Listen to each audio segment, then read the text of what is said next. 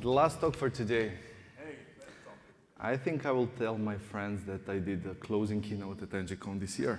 I saw it. So today I'm going to talk about 3 different ways of how we can use NgRx Signals package to manage the state of Angular application.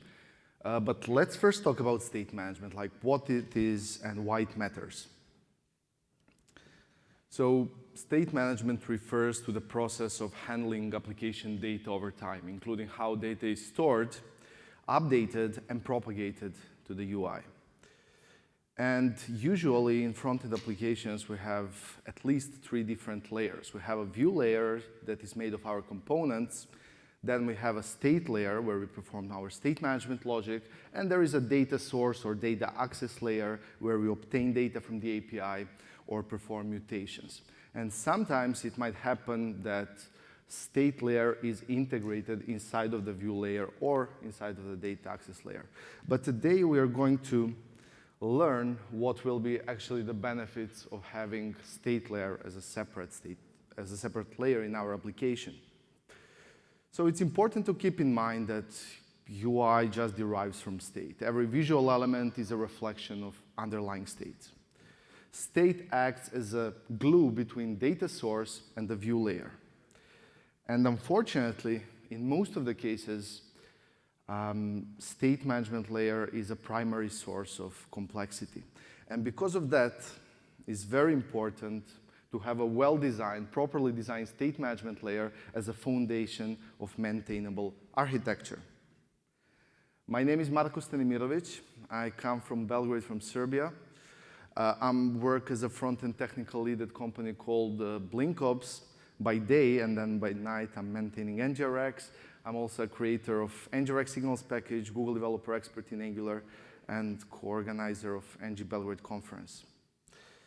This is our agenda for today. So first we're going to see how we can use SignalState, one of the APIs that NgRx Signals package exposes. Then we will see how we can use SignalStore to manage the state of our application. And then the last example will be to introduce the recently added Events Plugin. This is our demo application for today. So we have a home page. There is a customer list page where we display a list of customers. We can search for customers, refetch them from the API, or create a new one. So we will see 3 different ways how we can manage the state of this application today, by using NgRx Signals, of course. Let's first see how it will look like with the SignalState. So we have our customers component, and first we are going to inject all the dependencies that are needed. And since in this example, our state layer will be integrated into the view layer, we need to directly inject services that are responsible for data access layer. And then we can define our state container by using SignalState function. It sets the initial state as an input argument as returns a SignalState instance. SignalState can be used as any other signal. So if we execute this.state as a function, it will return the current SignalState value. But what it will also do, it will generate deeply nested signals for us. So for example, here we can define a computed filter customer signal by using state.customers and state.query signals that are generated and provided out of the box. Then we can also define our side effects and state updating logic. And when it comes to the template of these components, it's pretty straightforward, right? We just need to bind our signals and use methods to call methods actually when our outputs from presentational components emit new values. From the architectural point of view, we have a container component, we have presentational components, and now our container component is responsible for the state management. It's also responsible for handling side effects, and it communicates directly with the data access layer, which has some benefits. So we have minimal overhead. Simplicity is another one, so it's easy to implement and understand. And usually it's suitable for local state and small and self-contained components. But on the other hand, here in this architecture, we have lack of logical separation. So collocating UI logic, state management logic, and side effects within the component reduces reusability, first of all, but it also makes code harder to maintain and scale as complexity grows. All right, so the next step will be to actually move our state management logic outside of the container component. We will create a dedicated store, and we will do that, of course, by using SignalStore. So SignalStore is a function, and as a first argument, we can provide a config object. If we want to, for example, provide this store at the root level of our application, we can use provided in root. And then as REST arguments, we can provide a sequence of SignalStore features. One of the base features is called with_state. It accepts the initial state as an input argument, and similar to SignalState, it will generate deeply nested signals for us out of the box. So we can use also with_computed if we want to define a derived state. With_computed accepts a factory function, and the input of this factory will be generated signals that SignalStore provides. Then as a result, of course, we can return a dictionary of computed signals, and from NgRx version 20, we can directly return computation functions. We don't have to use computed explicitly anymore. To define updaters and side effects, we can use with methods. With methods has similar signature to with_computed, and the good thing is that all SignalStore feature factories are executed inside of the injection context, so we can inject dependencies inside of them if needed. But when we have SignalStore defined like this, there is not such a big benefit compared to, for example, if we just took our SignalState and move it to an Angular service that is provided at the root level, right? Where SignalStore really shines is extensibility. So what we can do with SignalStore, we can create custom features. For example, we can create a custom feature for a request status state slice. Every store that handles API calls needs a request status flag. So we can create a custom feature by using SignalStore feature function. And then inside of this function, we can provide some state slices, computed signals. So when our store uses these custom features, these state slices and computed signals will become integral part of the store itself. In a similar way, we can define other custom features. For example, a custom feature that will automatically display a snack bar whenever our request status reaches the error state, or we can also implement custom feature for local storage synchronization in order to have a better user experience. Then we can also use built-in entities plugin that provides this with entities custom feature, and it also provides reusable entity updaters for performing CRUD operations, so we don't have to repeat this logic over and over in our code base. Then when it comes to component, we can inject SignalStore as any other service because this is what it is. SignalStore is just an Angular service. And then we can use its APIs as we use APIs of any other service.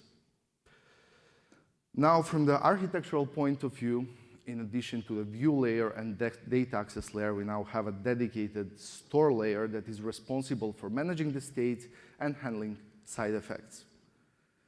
And definitely a benefit here is a better separation of concerns, right? We moved our state management logic out and now enabled like easier scaling and reusability of state across multiple views if needed, of course. Another advantage that SignalStore itself provides is extensibility. So we can define custom features. We can also use built-in plugins in order to reduce repetitive code and enable consistent and reusable patterns. But the potential problem is tight inter-store coupling, because SignalStore, at least the vanilla SignalStore implementation, does not offer some built-in mechanism how stores can communicate to each other without tight coupling. And to solve that, we can use recently introduced Events Plugin. So this is how our application flow will look like with the Events Plugin. It's based on the original Flux pattern. So when something happens in our system, we are going to dispatch the event to the globally provided service called dispatcher. Then that event can be handled by one or multiple stores, and inside of the stores, we can also separate our state transition logic from side effects by defining reducers and effects separately. State will be updated, it will be automatically reflected in the view, and when some new event happens, in our view, it will be dispatched to a dispatcher, so this flow will repeat over and over in our application. Let's now see how we can use Events plugin. So we can use, to define events, we can use the event group function from the Events plugin. It accepts a config object as an input argument with two required properties. The first property is source, so this is the origin of our event group. And then we can specify a dictionary of event definitions, where each definition is a key value pair of event name and event payload. So we defined event group for the customer's page. In a similar way, we can define event group for customers' API events. And then it's time to dispatch those events. To dispatch them, we can inject the globally provided service dispatcher, but there is a more ergonomic way that Events plugin provides. Namely, there is a helper function called inject dispatch that accepts the event group as an input argument and returns a dictionary of self-dispatching events, so we can use them directly in our component class or in a template to dispatch events to the dispatcher. When it comes to store usage, now we are using our store only to read the data. We are not calling methods anymore. If we want to perform some action, we are dispatching events. Now, when it comes to a customer store implementation, everything remained the same when it comes to defining our base state and computed state. But now the state transitions will be handled by using a with-reducer custom feature. With-reducer accepts a sequence of case reducers. And case reducer is defined by using the on function. You can see here that as a reducer handler function, we can provide a regular handler function. We can also use predefined updaters, or we can even pass an array of multiple updaters that will be combined together to apply the state transition. Then when it comes to side effects, we are performing side effects in an NgRx effects way, if you're familiar with that library from the traditional NgRx store. So there is an events service, globally provided service. We can inject it, we can listen to some events to be dispatched, and then perform asynchronous side effects. In this case, we're going to fetch customers from the API, and then, based on the response, we are going to return loaded success or loaded failure event. So every event that is returned from the effect will be automatically dispatched to the dispatcher. Now let's now see how Events plugin works for the inter-store coordination, because when we define customer store like this, there is really not a big benefit of using Events plugin. However, when it comes to inter-store coordination, so let's first see the example how it would look like when we don't use Events plugin. We have a customer model where we enter some customer data, and then when we click on a save button, we're going to call create customer method from the customer model store. Then customer model store will save a customer by using method from a customer service, and then on successful response, customer model store, which is a local store dedicated to the customer model component, has to inject the globally provided customer store and explicitly call add customer method in order to update the global collection. On the other hand, by using Events plugin, so the first part remained the same. We're clicking the save button, we are calling the customer service to save the customer, and then on successful response, instead of explicitly calling customer global store methods, we are going to dispatch the event to the event bus, which is in our case called dispatcher. So we're going to dispatch that customer is successfully saved, and then in a global customer store, we can listen to this event and add customer to the collection. So now we don't anymore have this explicit coupling between customer model store and customer's global store. So now, from the architectural point of view, here we can notice that we have only one-way direction here when it comes to communication between store and container component. Now, container component only uses store to read the data, and if it needs to perform some state transition or side effects, it will dispatch events to the dispatcher, and then store will listen to those events and will properly handle them. So when it comes to benefits, decoupled architecture is definitely one of them. It reduces tight coupling between the store and separates state transitions from side effects, improving code clarity and data flow predictability. One of the benefits that Events Plugin also provides is ability to integrate it partially and incrementally.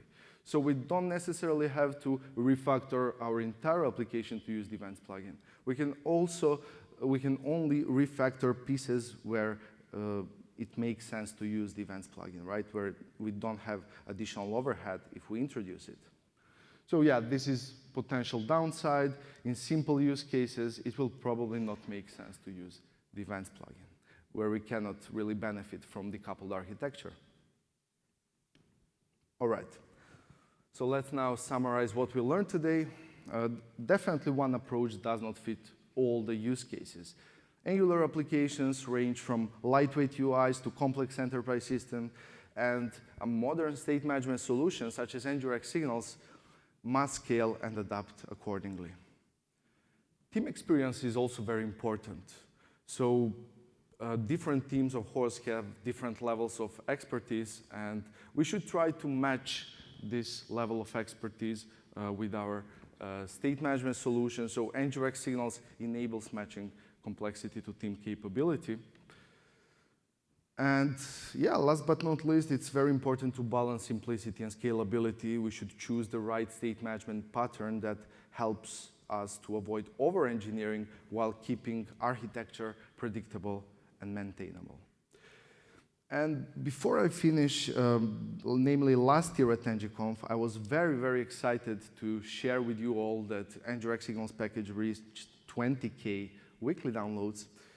And today, I'm glad to share with you that it reached 300K weekly downloads.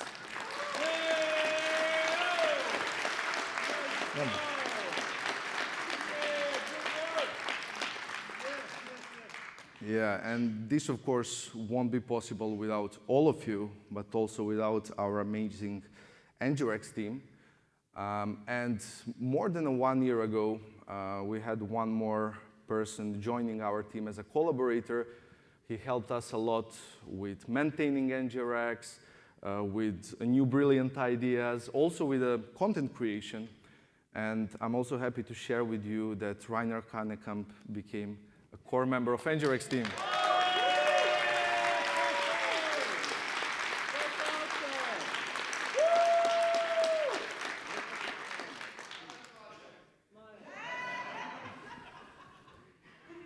So the source code is available. You can scan this QR code, or you can visit my GitHub profile, and you will find the source code of today's project. There, it has the same name as the name of my talk. With that, thank you very much.